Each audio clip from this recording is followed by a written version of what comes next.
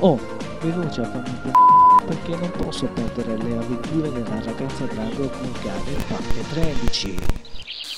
Devi andare in una zona di periferia, qui in un'immensa campagna. Scusami, ti illustri un'immensa campagna, un immenso verde vicino a una strada. Io credo che sia una casa delle Porca. Ma da dove l'hai trovato questo cretino? So che proviene dalla Francia, però un italiano no, non potevi anche prendere. Molti erano timidi e altri che gli riferivo che ve la do gratis e si mostravano col c***o già da fuori.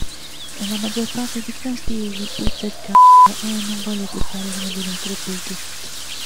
Scusami, prima di aprire dai gratis, io per conquistare un ipertro della mia scuola devo essere un infallito. La maggior parte delle volte devo andare a sviluppare ma fare le serie perché sei un cesso di merda. Comunque tu se vuoi raggiungere questa ragazza devi andare sempre a dritto dopo il benzinario dell'inculo. Gira a sinistra e che c***o è porca. Mi invii il link della strada che devo percorrere, altrimenti ti mando veramente a fanculo. Ti invio io l'email. Ninja, senti questo, non prendere una persona straniera e che risponde male al capo. Qui mi arrivano i sindacati, anche i sindacati, ti mando le qui Italia e ti dico che sei fuori 70.000 euro. Scusa, ma per cosa? Per produzione di questi ordini non dichiarati che fa trasformare la persona ad essere sotto il tuo comando e per fortuna io non sono sotto il tuo comando. Vada via c***o, fai quello che ti dico o ti faccio un comando di schiaffi e bestemmie. Il ragazzo ottiene il link dell'abitazione di Pamela. Peggio delle banche quando cambi l'indirizzo per non avere a che fare, ma alla fine ti trovano. Intanto a Roma centrale il professore Banksy ottiene un sacco di informazioni.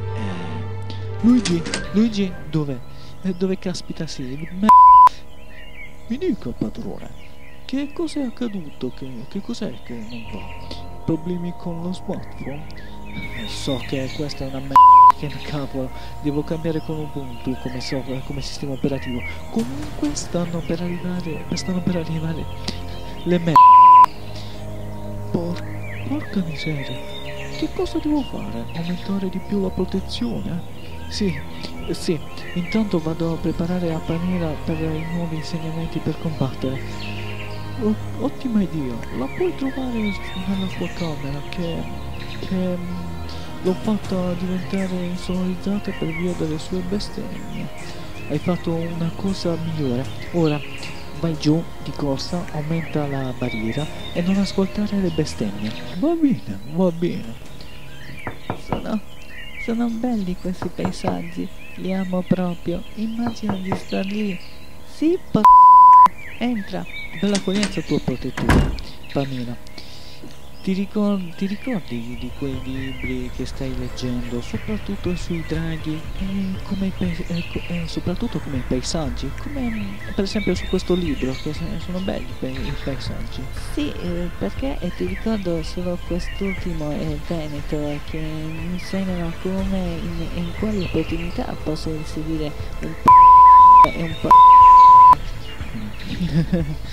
Bel libro, ma ora non c'è tempo. Pamela, è arrivato il tempo che tu sappi la verità, oltre a quello dei tuoi genitori. Quale sarebbe, Come andrà a finire? Come continuerebbe la bestemmia di Pamela? Rimani qui nella ricerca di un nuovo palinsesto oppure su YouTube, rimanendo su questo canale e registrati.